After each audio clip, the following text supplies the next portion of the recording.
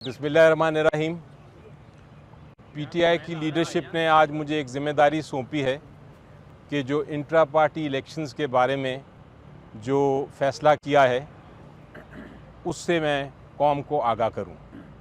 मेरी कल इमरान खान साहब से मुलाकात हुई और उसमें ये जो लीडरशिप की तजवीज़ थी वो उसके ऊपर मुशावरत की उनके साथ और फाइनली उन्होंने ये प्रूव कर दिया।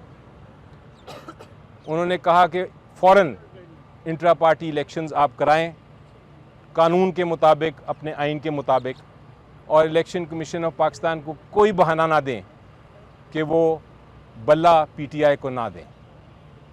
तो ये तो पहला फ़ैसला हो गया। कल मैंने फिर शाम को जब मीटिंग की लीडरशिप से तो आज फ़ैसला मैं आपको सुना रहा हूँ कि इंट्रा पार्टी इलेक्शंस हम हफ्ते के दिन इसी हफ्ते सैटरडे को हम ये इलेक्शंस कराने जा रहे हैं। दूसरा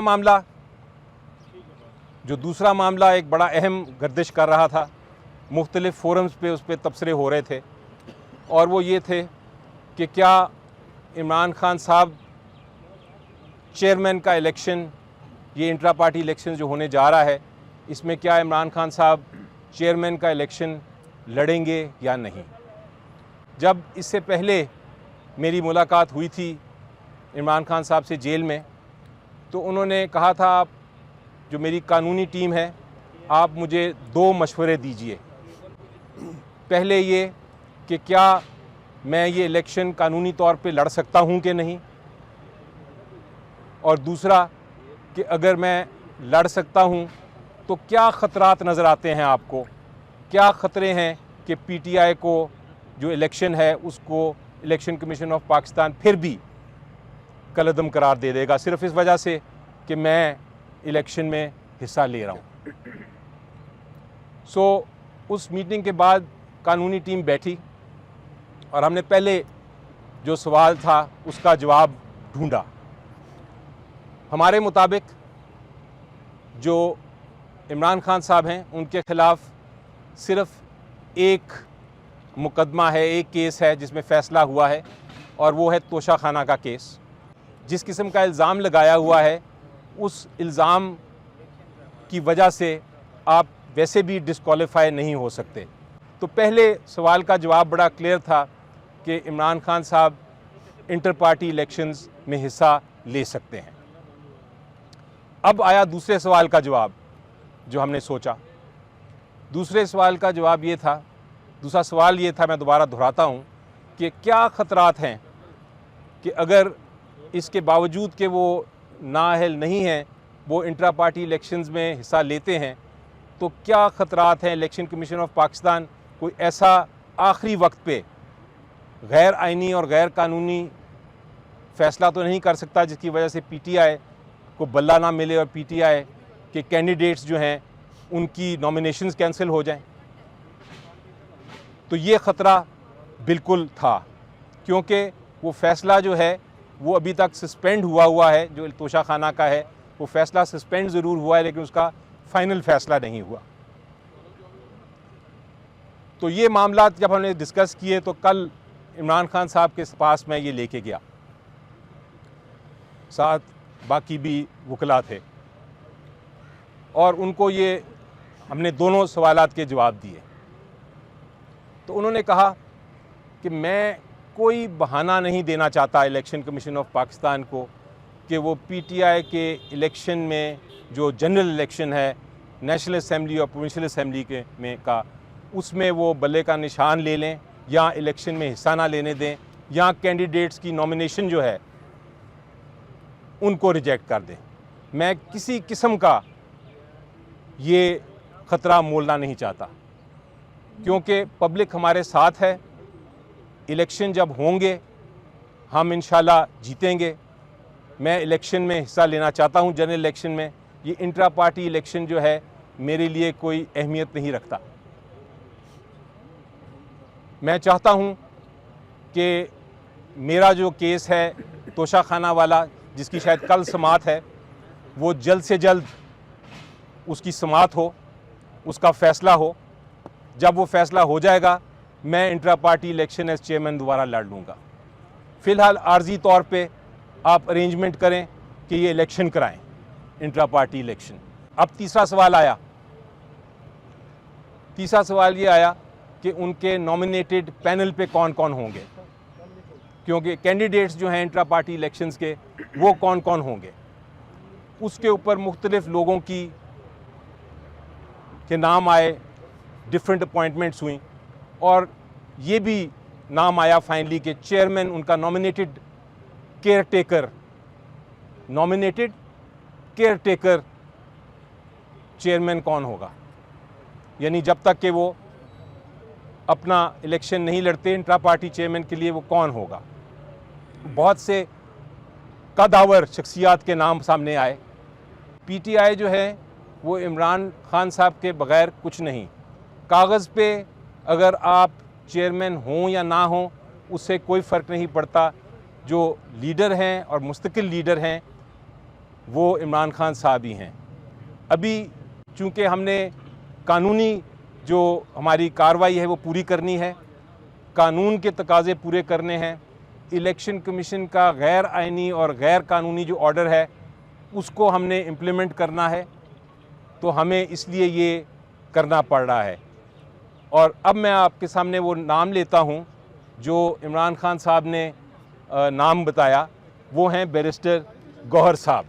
बैरिस्टर गौहर साहब जो हैं हमारे बहुत लीगल टीम के अहम ओहदेदार हैं, एक रुकन हैं, और वो ये टेम्परेरी जो उनका एक नॉमिनेशन है वो उसको इंशाल्लाह पूरी तरह निभाएंगे। इसके अलावा अगर कोई सवाल होंगे तो मैं आपका जवाब दे दूंगा, लेकिन अगर बैरिस्टर साहब कुछ कहना चाहेंगे तो उनकी बात भी सुन लीजिए। बिस्मिल्लाहिर्रहमानिर्रहीम। आई एम स्पीचलेस, लेकिन आज मैं सिर्फ इतना ज़रूर कहता हूँ कि मेरे पास अल्फाज बिल्कुल नहीं है खान साहब के शुक्रिया अदा करने का, या जो उन्होंने एतमाद किया मेरे ऊपर या मेरे ज़िले के ऊपर या KPK के ऊपर या हमारी पूरी टीम के ऊपर, इसका मेरे पास अल्फाज नहीं है शुक्रिया अदा करने के लिए। लेकिन मैं खान साहब के नॉमिनी नुमाइंदा जाननशीन के हैसियत से हूँगा। PTI वही है जो खान साहब की है। खान साहब लीडर है, चाहे वो जेल के अंदर है चाहे वो जेल के बाहर है। खान साहब लीडर चेयरमैन है और इंशाअल्लाह ताहयात चेयरमैन रहेंगे, ये फ़ैसला हो चुका है।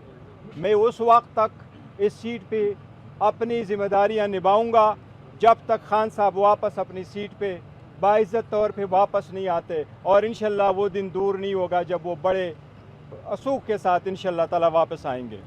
हो सकता है कल ही हो, इंशाअल्लाह, अल्लाह करे कल ही हो। लेकिन इतनी ये ज़रूर बताता हूँ कि हमारा नज़रिया वही है, PTI वही है, काम वही है, स्ट्रगल वही है जो खान साहब ने इब्तिदा की और खान साहब चला रहे। वही हमारा अव्वल है, वही हमारा आखिर है, वही हमारा नज़रिया है जो खान साहब का है।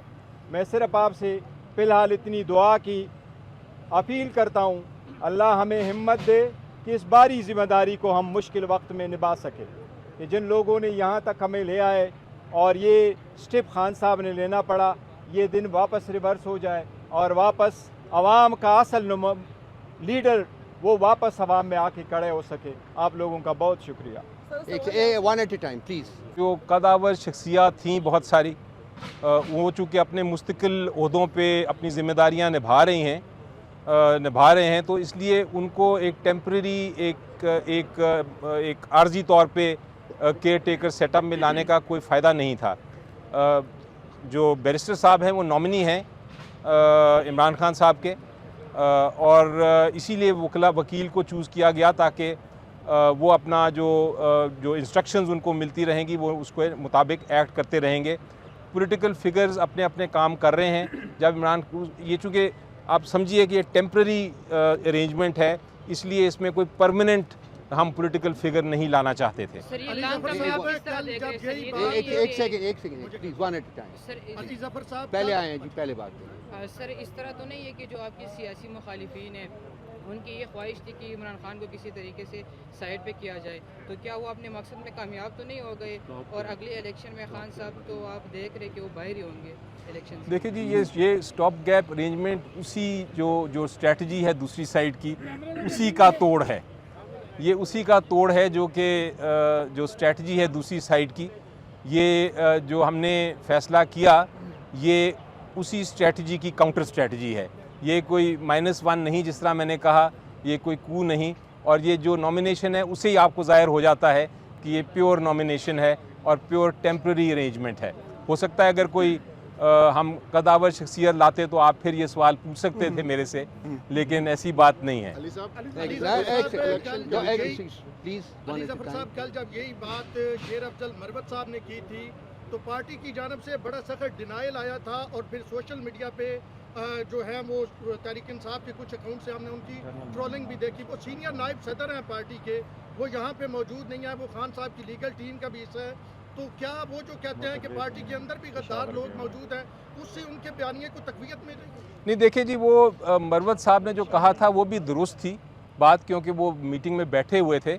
लेकिन वो सिर्फ डिफरेंस ये था कि कल इमरान खान साहब ने ये कहा था कि आप अपनी जो लीडरशिप है उससे मेरी ये फ़ैसले को प्रूव करा लें, और प्रूव जब तक नहीं होता, आपको पता है पार्टी अनाउंस नहीं कर सकती है और फाइनल डिसीजन नहीं समझी जाती। तो वो जब शाम को, जैसा मैंने बताया कि जब मैंने ये सारी चीज़ें बताई और ये डिस्कशन हुई, तो उसके बाद वो मेन लीडरशिप जो है उन्होंने प्रूव कर दिया। तो फिर मैंने आज अनाउंस कर रहा हूँ, मुझे ज़िम्मेदारी दी थी उन्होंने ये अनाउंस करने की, मैं इसलिए ज़िम्मेदारी अनाउंस कर रहा हूँ। तो इसलिए कोई किसी किस्म का कॉन्फ्लिक्ट किसी के दरमियान नहीं है, ना होना चाहिए। अगर हुआ तो मैं फिर उसको इंशाल्लाह रिजॉल्व कर लूँगा। Hey, just a second. Care taker chairman, ये नई इस्तेलाह हम देख रहे हैं पाकिस्तानी सियासत में, पार्टी इंट्रा पार्टी इलेक्शन में। ऐसा ना हो इलेक्शन कमीशन इस लफ्ज़ के ऊपर भी कोई आपके साथ कोई तनाज़ा खड़ा कर दे और नई मुश्किलात खड़ी हो जाए। कागज़ पे चेयरमैन ही होगा लिखा हुआ, तो कानूनी कार्रवाई पूरी करेंगे। केयर टेकर सिर्फ मैं इसलिए इस्तेमाल कर रहा हूँ कि मैं इसको एक्सप्लेन करना चाहता हूँ इनके रोल को, ताकि हमारे जो वर्कर्स हैं और पार्टी लीडरशिप है उनका जो खदशात हैं वो ख़त्म हो जाएं। नुमाइंदे के तौर पर एक second, one at a time. बड़े सियासी लोग हैं, रऊफ साहब भी थे, बाकी भी लोग थे। बैरिस्टर साहब के ऊपर कोई एतराज़ नहीं, आपका फैसला है। लेकिन शाह महमूद जैसे लोग और परवेज़ इलाही जैसे लोगों को छोड़ के बैरिस्टर साहब का इसके हवाले से इंतखाब करना, ये हिकमत क्या है, ये भी बताइए। जी, यही मैंने आपको बताया ना जी, कि वो जो इतने लोग थे, जो हमारे बड़े पॉलिटिकल लोग हैं, वो मुस्तकिल ओहदों पे बैठे हैं और वो मुस्तकिल ओहदों पे ही रहेंगे। वो उनको मुनासिब नहीं है कि उनको आप उठा के मुस्तकिल ओहदों से हटा के एक टेम्प्रेरी ओहदे पे ले आएँ। तो इसलिए इसका मकसद यही था कि हम ये एक तो साफ नज़र आ रहा है कि हम ये एक टेम्प्रेरी अरेंजमेंट कर रहे हैं, और इसलिए हमारा ये मकसद नहीं है कि कोई ऐसा शख्स आए जिसको हम फिर बाद में हटाएं और वो फिर टेम्प्रेरी तौर पे आए। उनके बड़े अपने अपने ज़िम्मेदारियां हैं जो उन्होंने निभानी है, और वो चूँकि परमानेंट नेचर की हैं, इसलिए हम वो परमानेंट नेचर वाले लोगों को किसी तरह से उनको नुकसान नहीं पहुंचाना चाहते। साहब ये बताइएगा कि इंट्रा पार्टी इलेक्शन आप हफ्ते को कराने जा रहे हैं जी। एक तरफ हम ये देख रहे हैं कि तहरीक इंसाफ के कारकुन जो है वो गिरफ्तार हो रहे हैं, झंडा नहीं लगा सकते, मूव नहीं कर सकते, एक्टिविटी नहीं कर सकते। एक सवाल तो ये पूछा कि इलेक्शन करा कहाँ रहे हैं, और अगर गिरफ्तारियाँ होती तो फिर वो कौन सी आप इलेक्शन कमीशन की डिमांड? देखें, हमारे जो इलेक्शन कमिश्नर हैं, चीफ इलेक्शन कमिश्नर, और उनके साथ जो उनके दूसरे लोग हैं, वो पूरी तरह आइन के मुताबिक साफ शफाफ इलेक्शन कराएंगे। जो इलेक्शन का प्रोसेस है और किस जगह पे होना है, कैसे होना है, उसमें मेरी कोई इंटरफेरेंस नहीं है, ना होनी चाहिए, क्योंकि वो जो हमारे इंडिपेंडेंट लोग हैं वही अपने कायद और जो रूल्स एंड रेगुलेशंस है उसके मुताबिक बनाएंगे। जफर साहब, इलेक्शन कमीशन ने इंट्रा पार्टी इलेक्शन के साथ आपकी नेशनल काउंसिल को भी उड़ाया है, उसको भी एक्सेप्ट नहीं किया। तो नेशनल काउंसिल के इलेक्शन भी साथ होंगे, क्योंकि इलेक्शन कमीशन कहता है उसके अलावा अगर हुए तो फिर एक्सेप्ट नहीं करेंगे। जी, सारे पैनल, मैंने एक जितने बाकी पैनल के लोग हैं और मुख्तलिफ जो कैंडिडेट्स हैं, उन सब के नॉमिनेशंस फाइल होंगी और वो बाकायदा इलेक्शन होगा जिस तरह कानून कहता है, जिस तरह इलेक्शन कमीशन ऑफ पाकिस्तान ने कहा है। मैं फिर दोहराता हूँ कि इलेक्शन कमीशन ऑफ पाकिस्तान का ऑर्डर गैर आइनी और गैर कानूनी है, क्योंकि इलेक्शन हम करा चुके थे, लेकिन हम फिर भी उसको मान रहे हैं, क्योंकि हमारे ख्याल के मुताबिक किसी किस्म का बहाना नहीं देना चाहिए इलेक्शन कमीशन को या किसी और को कि वो ये इलेक्शंस में हमें हिस्सा लेने से रोके। शुक्रिया बहुत बहुत मेहरबानी।